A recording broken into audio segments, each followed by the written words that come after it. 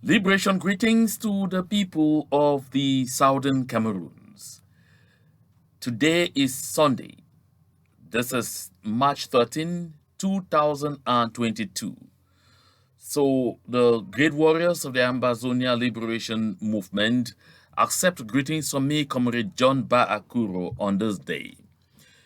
This day, I'm coming for us to continue from where we definitely ended yesterday, because as I promised yesterday, I'm going to be coming here very recurrently until the end of this month, because there is so much for us to learn and so much for us to share.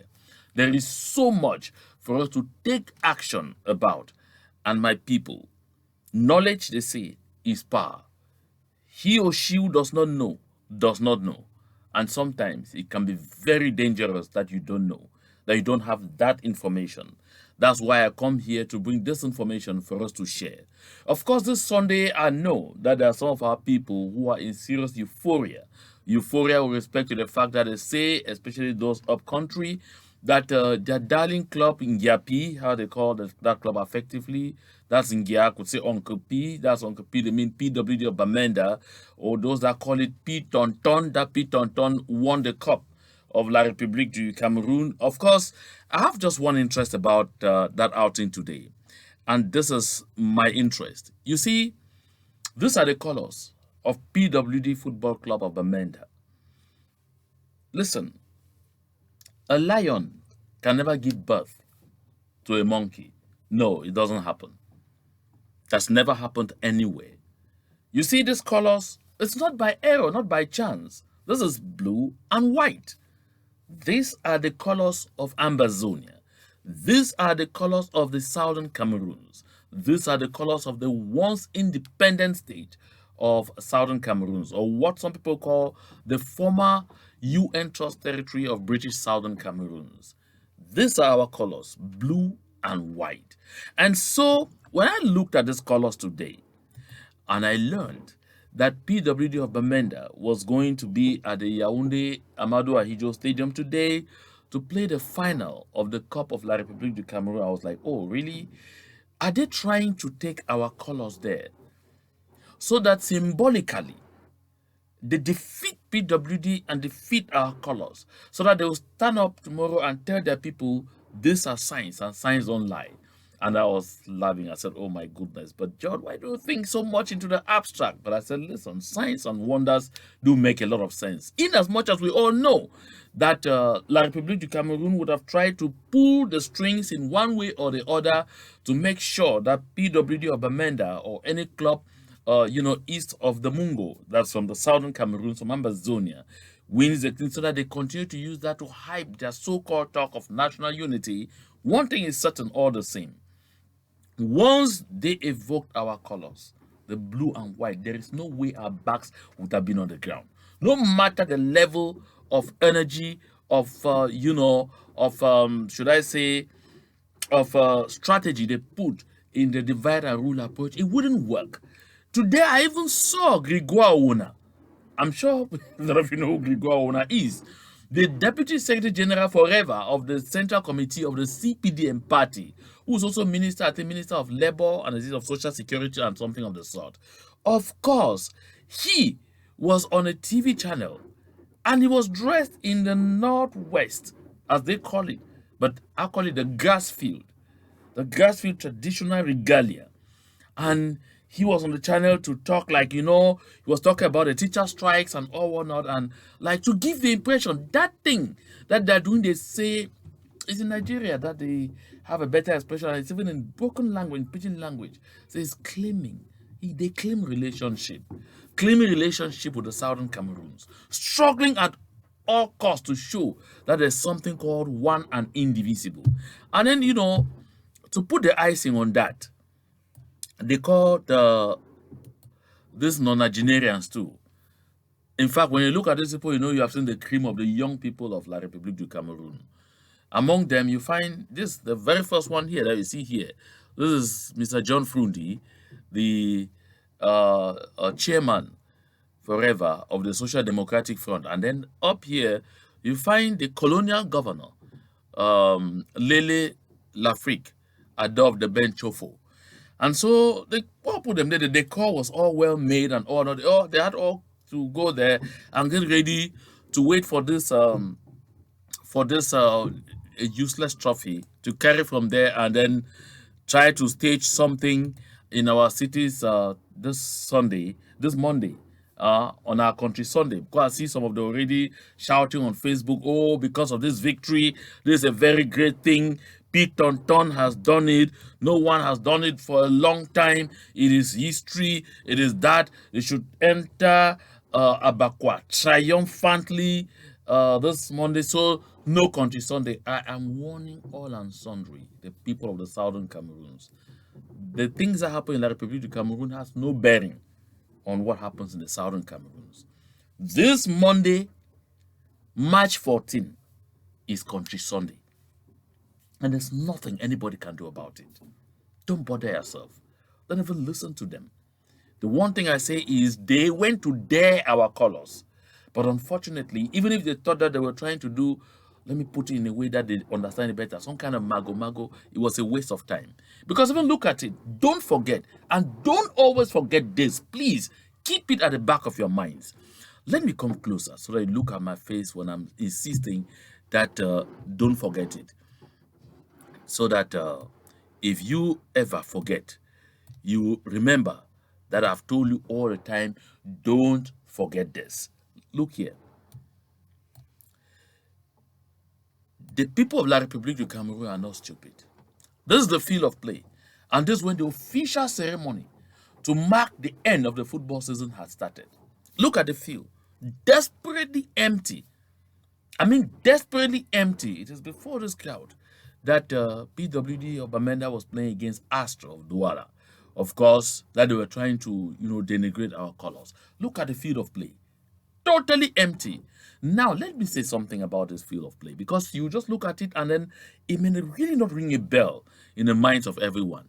If it is poor Bia who were coming to this field, what they will do, and of course, I'm saying it from experience because I know it, what they will do is that they will go from Rond-Point Loncac, for those who know Yaounde, from Rond-Point Loncac, and place police vans there and start gathering everybody from Rond-Point Loncac, from Carrefour Valley. Sometimes they even go right up to the what they call Carrefour Régie, or even beyond to the entrance going into CRTV Mbalatu.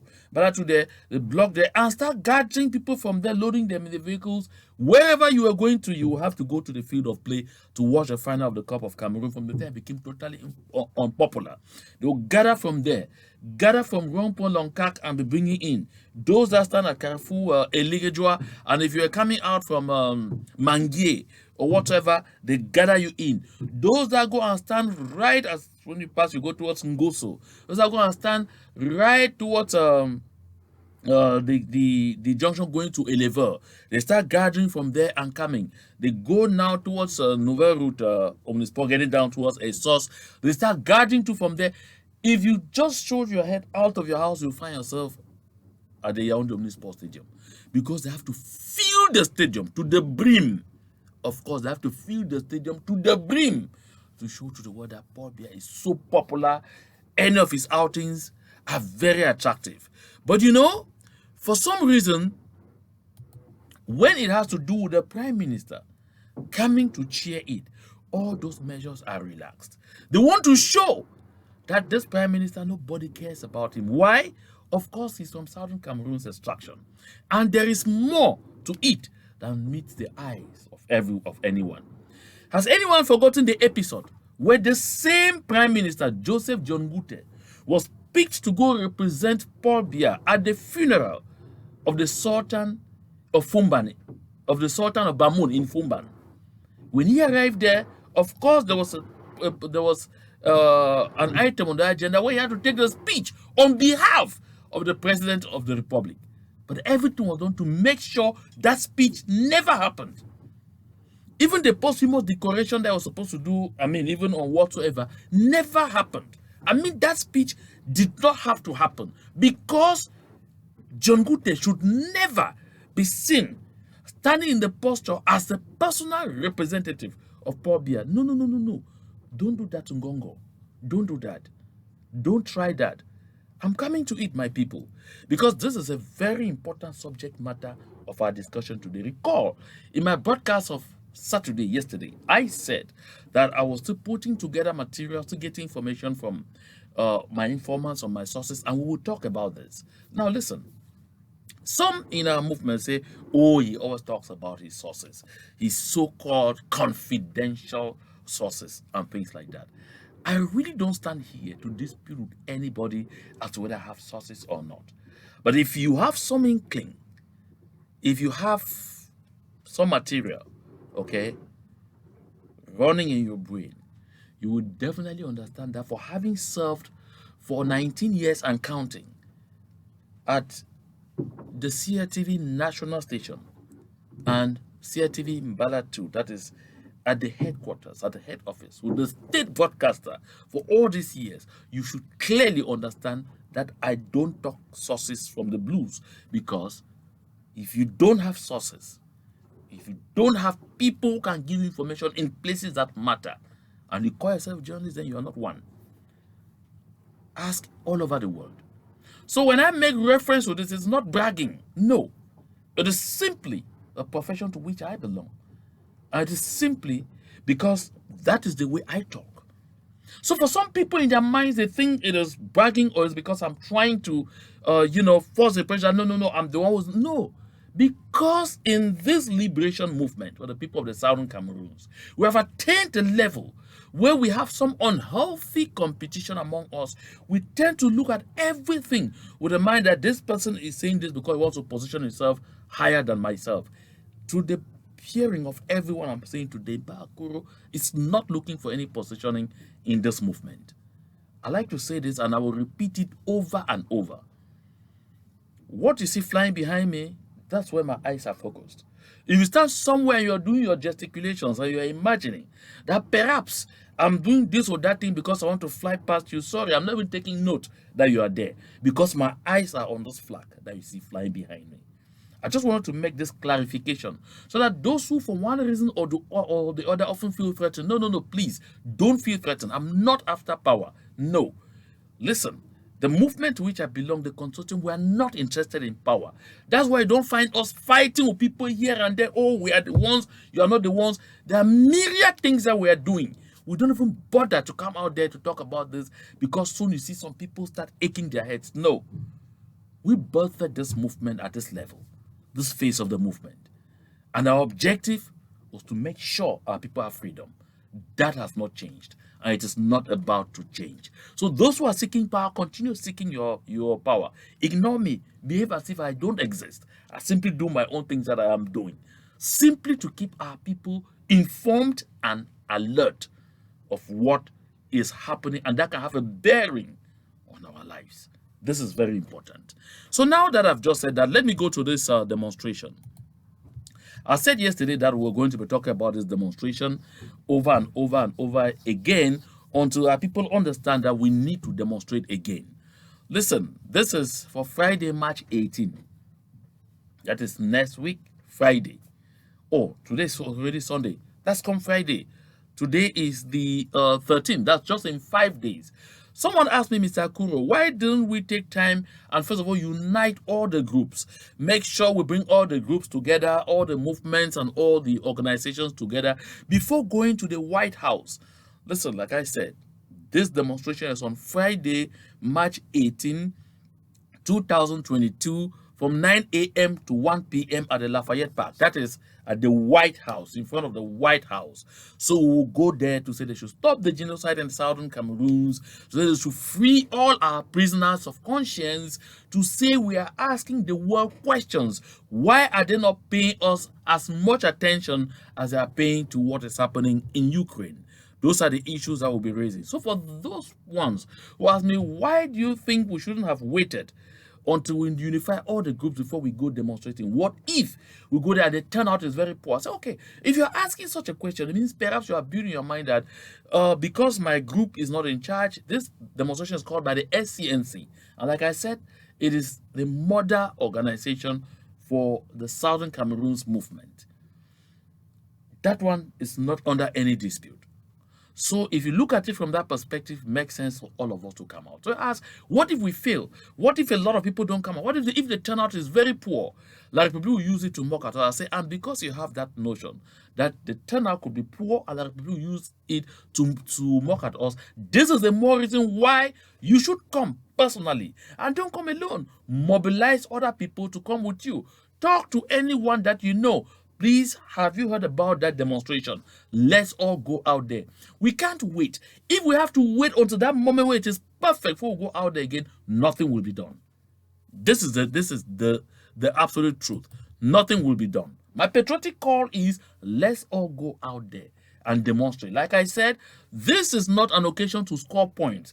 This is not an occasion to determine who is more popular than the other, which group is more popular than the others. No, this is an occasion for us to draw the attention of the international community towards what we consider as the international abandonment of the people of the southern Cameroons.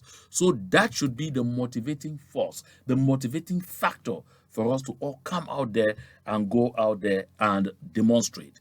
So that said, before I move into the core of this discussion, I'd like us to watch this short video and I'll say something about it.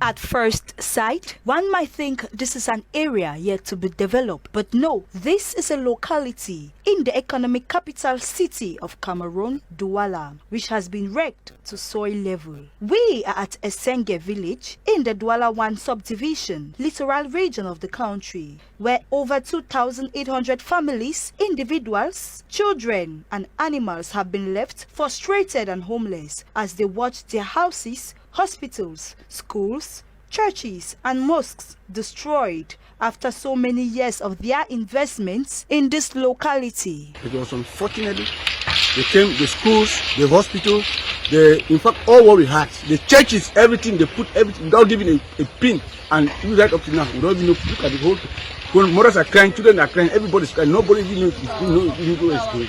I just thought I don't get no place on Figo. I don't picking them. I don't be for here for 20 years. I feel all the places where I use my money, I buy ground for fee, the lumber. They don't come broke with now. How they don't, you see how they so where they don't broke. We sleep now on top of the plank the way they don't broke. For more than 35 years. And all my children are giving that to them here. And at the moment most of them school. The money that comes here, at the moment I have. They say they never go carry church. They don't go carry church to do. They don't scatter my house, so see my thing them. I don't even know where I go go. Look my picking them. See inside today. They don't scatter me, so I go go outside. I go go outside with my picking them. My picking them this. See inside today, we chop no nothing bread. We live on bread. According to the victims, this village had been sold to elements of the seaport and were taken unaware without any compensation or relief material. Nowhere, there's problem. Some of the refugees have come to many here. I'm lodging them in my house. But look at me now outside. Where am I going to keep them? Is that how we're going to be treated in Cameroon? Is that how we're going to be treated as orphans? I get my woman, they get trip. I get my woman to my two picking them. I have no place for assistance and go. So I don't know. Till they say they will give as a transport fare. Not, you know, make the show now the whole quarter. And the whole quarter for bush. The whole quarter they for down. The whole quarter. No man, no good place to go. So no. It is important to note that some individuals and families have spent the night outside for over 5 days now, while raising hopes high on where to go for shelter. This is true with mercy, not as if we are animals. Where am I coming? You will give me for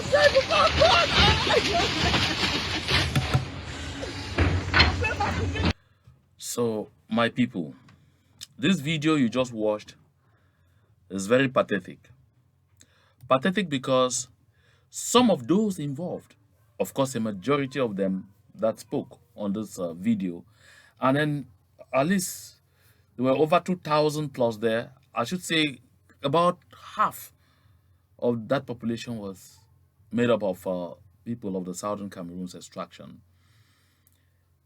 Why? Because after investigations, we've established that a good lot of them, over the past 5 years, were running away and found this area as a place where they could stay. And those indigents who had occupied these places and already knew that trouble was brewing, that something was coming, and that before long this kind of thing will happen, happily sold out these places to them, happily accommodated them there and left. And so our people found themselves in this kind of situation. Which country in the world throws out thousands of people on the street with nowhere to get to? Of course, there's always an accommodation plan that is made one way or the other to make sure these people have a place to go. You don't send out over 2,000, get it to 3,000 families, leave them in the blues like that in this kind of periods. But that you will see in La République du Cameroon. And even the level of heartlessness was because, as I learned, they identified that a good majority of those who were concerned were from the southern Cameroons, and that quite a good chunk of them were IDPs running away from the genocide being perpetrated by La République du Cameroon on our people. So for that reason, they had to teach our people a second lesson. This brings me to what I've said over and over and over again. The little resources that you have, and that you continue to struggle headstrong to invest in La République du Cameroon, in the pious hope that someday things will come back to normal and you'll be able to stay that way. My people, it is a big, big, big mistake. Don't do it. Don't do it again. We have a lot of hinterlands. We have a lot of space that can accommodate us back home, and we continue as a people to fight for our freedom. It's so hard, so heart-rending to see this kind of images and see this kind of things happen. And again, like I said, no country in the world does this to its people. Those that they continue to call and claim that they're their people. Nobody does this. But you see it only in La République du Cameroon. This is an additional reason why we should continue to believe in what we are fighting for. Because we are not just fighting for our freedom. We are fighting to restore the soul of Ambazonia. We are fighting to restore our humanity. We are fighting to restore that hospitality that is purely Ambazonian, purely Southern Cameroonian. That is why by day and by night, I will continue to mobilize all of us that we should stay strong in this movement, because victory is not far. I have said so, and I will say so over and over. That said, let me take us back to the key subject matter of our discussion of yesterday before I come to that of today. Just 2 minutes. Look at this. Yesterday I was talking about the situation of the teachers of La République du Cameroon. And I was explaining that they have clearly, serially rejected the measures, the très hautes instructions of the head of state. They have rejected them. They say they want practical action. They want action. Because in 2017, the same très hautes instructions were dished out, and there were claims that measures were going to be taken, and nothing ever happened. If you must know, La République du Cameroon today owes teachers alone, a total of 180 billion CFA francs. Listen, I said 180 billion CFA francs. But when you follow what is even being said, they are saying somewhere by the end of the month of March, they may do something that will touch about 2.5 billion. From May, they will touch something that will touch about 1.8 billion. And after that, progressively, look here. But we're saying that dealing here with a total debt of about 180 billion. And now, while they're still grappling with that, those of the health sector have already announced their intention to strike beginning Wednesday. But again, don't forget that the government of La République du Cameroon has a total internal debt. I mean, a total internal debt. What they owe business people, owe civil servants, all the sectors, or even households in one way or the other. It's a total of 5,000 billion CFA. Now, the last AFCON gulped almost 3,000 billion CFA. But this one that we're talking about 5,000 billion CFA. And now I've heard from unconfirmed sources that I'm still to confirm, but this is likely to be very true because I've said here over and over about the very, very dismal state of the treasury of La République du Cameroon. I've just heard from unconfirmed sources that the French government had to put at the disposal of La République du Cameroon 210 billion CFA to enable them pay salaries for the last month and to enable them to be able to pay the salaries for the month of March. Recall that already back in 2020, I announced that the government of Cameroon was depending more on France to pay salaries because they have to do this in exchange of resources, mortgaging resources ever to attain these objectives. So when you get these figures, it should begin to tell you what it is saying.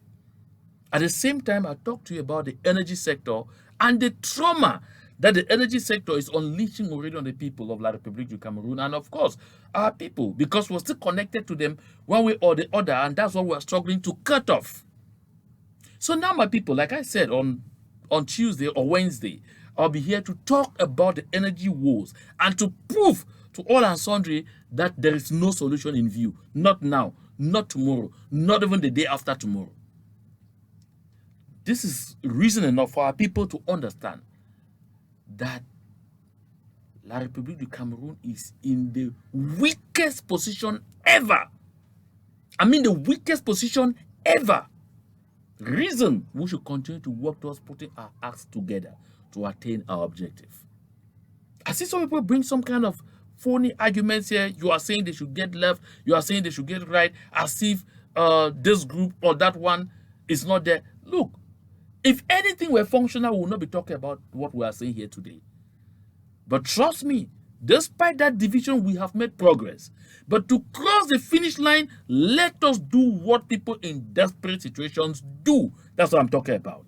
So I just mentioned this now to come out with this information.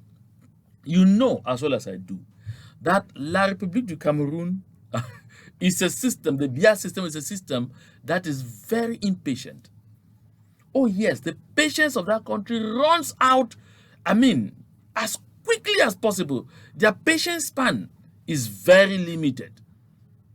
And so when they proposed these measures to the teachers, it was because they tried. They used the office of John Gute to try and tell lies that the leaders of the strike had called it off because, of course, they called the wrong people, just like they did with that Grand National Dialogue. They called the wrong people, talked with them, and the wrong people came out and signed the decision and called off the strike. But nothing was ever called off because they were the wrong people. They moved from there and asked the principals, head teachers in all the schools to forward the names of teachers who were not coming to work so that they could be punished.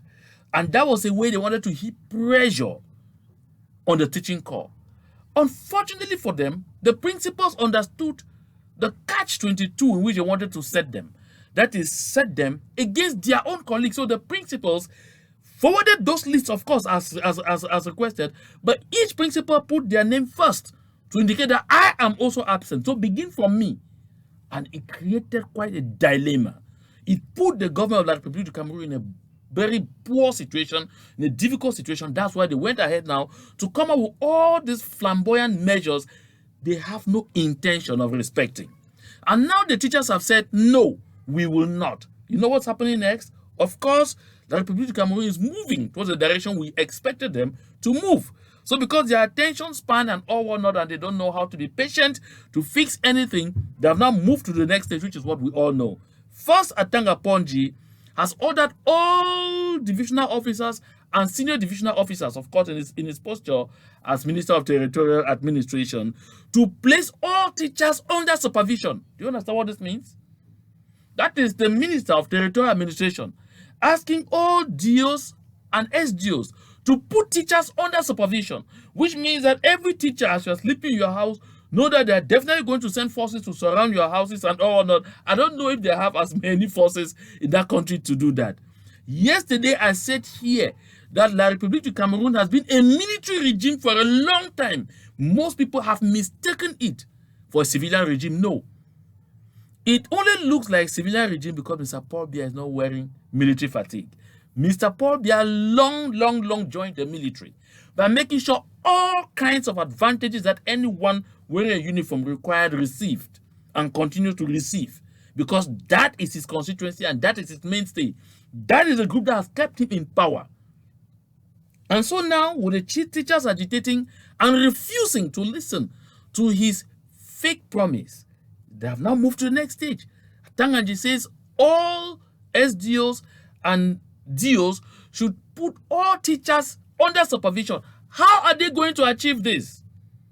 We are talking here of hundreds of thousands of teachers, because the teachers as a whole are over 100,000.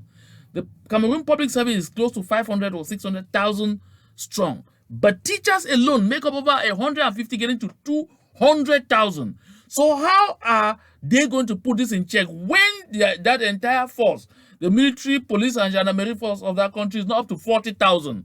How are they going to be able to do this when they are everywhere in southern Cameroon, littered all over the place? They are in the far north with Teboko. They are everywhere. How are they going to get a single uniform person behind each teacher? That's putting the divisional officers in a very tight corner. It doesn't end there. I was talking about Grégoire Owona a while ago, the Minister of Labour and Social Insurance. He was on Canal Press, one of the television channels in the Republic of Cameroon today, saying and swearing, he declared that if teachers persist on continuing with their strike, he hopes they know what is awaiting them. Of course. You recall what happened in 2016? They are going back to the same playbook. After they spent time sending delegations upon delegations to negotiate with the consortium involving teachers and lawyers in Bamenda, while we were expecting the negotiations to push forward, what happened? On the 17th of January 2017 at 5 p.m., they decided to do what they know how to do best. 1, shut down internet in southern Cameroon. 2, declare the consortium outlawed. Declare the SCNC outlawed. And then launch a manhunt for all the leaders. That's exactly what you should be expecting them to do in La République du Cameroun in the days ahead. But would they succeed? Well, they are counting on the fact that they know that the citizens of La République du Cameroun are generally brainwashed, are people of, who do not know how to be tenacious, who do not know how to, stand by what they want, who do not know to fight for what they believe in. So they are counting on that, because they tell themselves, if we get 2, 3, 4, 5, like they did with Comrade Fontem and Mr. Agbobala, and then with a few others, Penterence and Mancho BBC, that they get those and put them on va couper la tête. Will they succeed this time? It's left for us to know, because understand that a hungry man can definitely be an angry man. Are these teachers taking a leaf out of the situation that's going on in the southern Cameroons? Then they are likely to stand their grounds, especially that they are being joined graciously from Wednesday by those of the medical corps. Which corps comes next, we don't even know. And especially that the entire community is boiling because of what is happening at Enio. No electricity, no power, and the economy is crumbling. Inflation is galloping. Everything is just happening. But now, on to the crux of the matter for today. That was, getting into what happened yesterday. So before I get into what we're starting today, yesterday I was saying, we are requiring funds because we constantly send our foot soldiers to get into the various communities to do what we are expecting from our various stakeholders on the ground. We need some kind of synergy among our people on the ground, and this has been going on for quite some time. You must have observed that there is a serious wave of general collaboration now between the people in the various community and the voices in the bushes, much to the glory of our movement. Because we observed that a lot of what is happening in the area of betrayals of people, going out there and betraying the position of our boys, giving information about them and things like that, it is because they are not informed.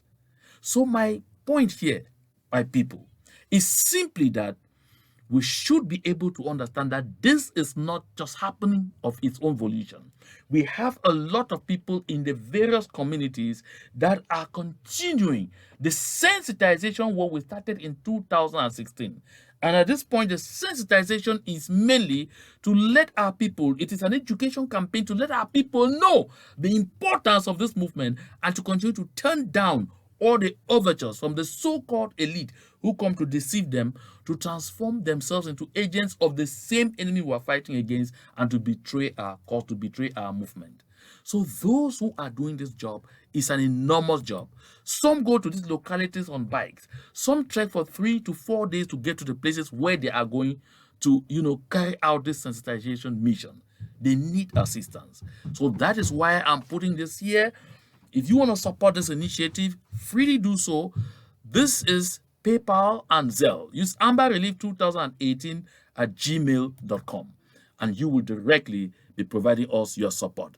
And so, on to our subject matter of the day. This picture, Jeune Afrique says, Monsieur le Vice-Président on Cameroon. Of course, you must notice the speed with which Jeune Afrique published this. This is serious speed. Jeune Afrique is print. It's not audiovisual that you say that, okay, as they just got it, they immediately move to action. No. It tells you that there has been work going on in wait for the time that this bill will be moved to the National Assembly of La République du Cameroun for this to immediately come out. Mind you, this publication, this big picture and everything is not a kind of public relations stint by Mr. Ngongo himself on himself. No. It is not a public relations stint by his friends for him. No. This is a scheme by those who are against him to make sure they nip this in the bud if that is the imagination. Hello?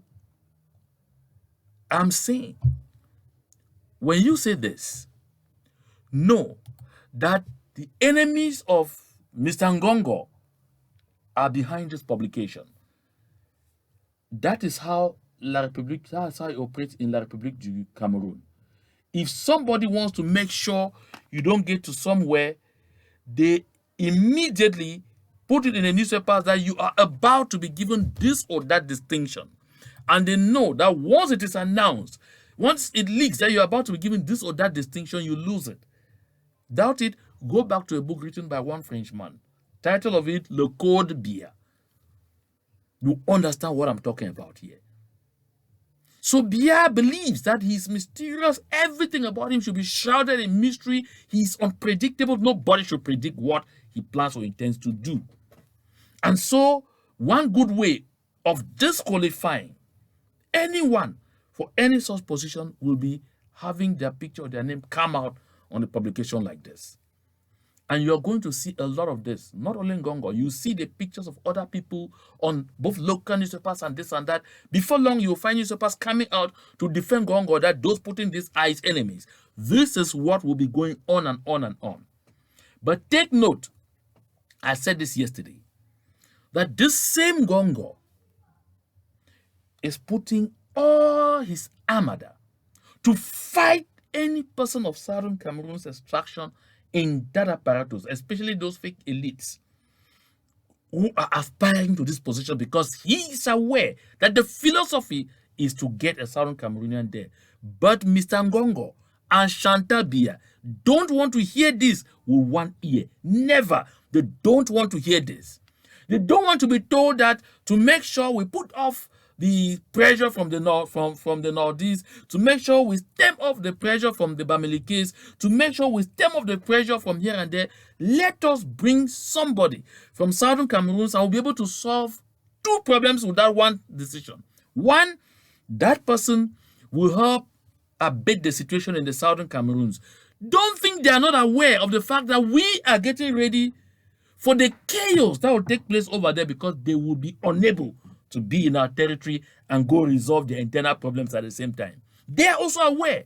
So they are thinking of ways that they can be able to resolve their problem, but at the same time be able to hold us in check, that we don't break free They have this at the back of their minds.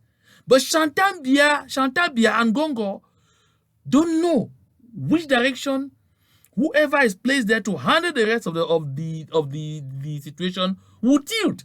So they are also finding it difficult to want to take chances. And that is why Mr. Ferdinand Gongo has been fighting John Gute tooth and nail. Recall I said here about the speech that had to be presented in Fumban, but which never was. Recall I just showed you here a while ago the opening ceremony of the final of the Football Cup of Cameroon. You saw the stadium dismal. If it were Ngongo who were designated to be there, the measures that I talked about a while ago would have been taken to fill the stadium artificially. Now, there is something that we also need to know.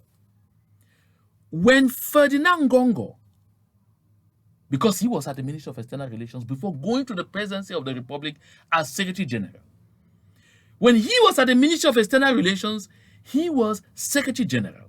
At that time, Joseph John Gute was already Minister Delegate to the Minister of External Relations in charge of relations with the Commonwealth, the position occupied today by Felix Mbayu. John Gute was at that position. So technically, he was a boss to Ferdinand Gongo. And so today, you look at relations between the two, it should tell you that it is not something that started today. The feud is not something that started today. So my people of the Southern Cameroons, I know there's a loud debate going on in the forums here and there. People are wondering like this picture already settles it all. No, it doesn't. It doesn't settle it all. Don't fall asleep. No. My intention of bringing out this information and the intention of those sensitizing me, giving me this information to share, is so that by dint of talking about it over and over and sensitizing our people, both Paris and Yaounde should come to the understanding that that move will not even yield the desired effects. Can that force them at the end of the day to decide to go back among themselves and play their dirty game among themselves? That is something that's left to be known. But mind you, if any of them, be it Ngongo, be it Motaze, be it Frank Bia, be it whoever, is placed today as vice president, that country will immediately implode. Because they are all quiet now because no one knows who will be Bia's successor. But everyone is set. They have all embezzled money in billions. Cameroon today is in a powder magazine. I say a powder magazine. The least thing will lead to that implosion. And they are saying, therefore, that the lesser of all the ills and the one that could be temporarily acceptable to all is to bring a neutral and give the impression that it is because they want to use that in calming the situation in the Southern Cameroons. That is why they are thinking, therefore, about a Southern Cameroonian as vice president. It may necessarily not be John Gute. It could be someone else. But my people of the Southern Cameroons, I'm elaborating on this because I want us to have this always at the back of our minds as we continue to put together efforts to intensify our resistance. It is this resistance that will lead us to the promised land. That land is called freedom. So take note and bear it in mind that La République du Cameroon that you see today is in tatters. I don't see where that country is going to get 5,000 billion to solve the internal debts that they have, number one. If they solve that, the next problem they are not able to solve because it doesn't get solved overnight is the energy problem, which will drown that country. Like I said, we will talk energy either Tuesday or Wednesday. So my people of the Southern Cameroons, take note about this. Tell everyone that was about to slow down, come back to the movement. Tell anyone that has kept off left, right, come back to the movement. Let me insist and be very clear. The time is nigh for us to be as strong as ever. And listen, people, I'm not one of those who call you to discourage you don't contribute to one group or the other. Any group, movement, an organization that you have been contributing to this far, and then you see them producing results, give them your money. We need those results. We need action. We need to intensify our resolve. We need to solidify our resistance. We need that. So while we continue to make efforts to get to a place where we are able to say, okay, give us money in this one pool, and we will be able to address, the struggle in a unified manner until we get to that point. For now, take care. By all means, keep contributing. By all means, keep fueling the resistance. By all means, keep providing strength for those who are delivering, because we need victory. Don't ever sit down to imagine that we have failed, because we should not even think about that. I don't want anybody to think about what will happen if we fail, because we don't even want to think about that, because it is too ugly, extremely ugly. Let us not give ourselves a chance to think about something that we don't even want to imagine, to think about something we will hate. We need to remain upbeat, and we need to make sure that we attain our objective. Why do I say so? Because I know we can. I say so because I know it is possible. I say so because I know we are getting closer. To God be the glory.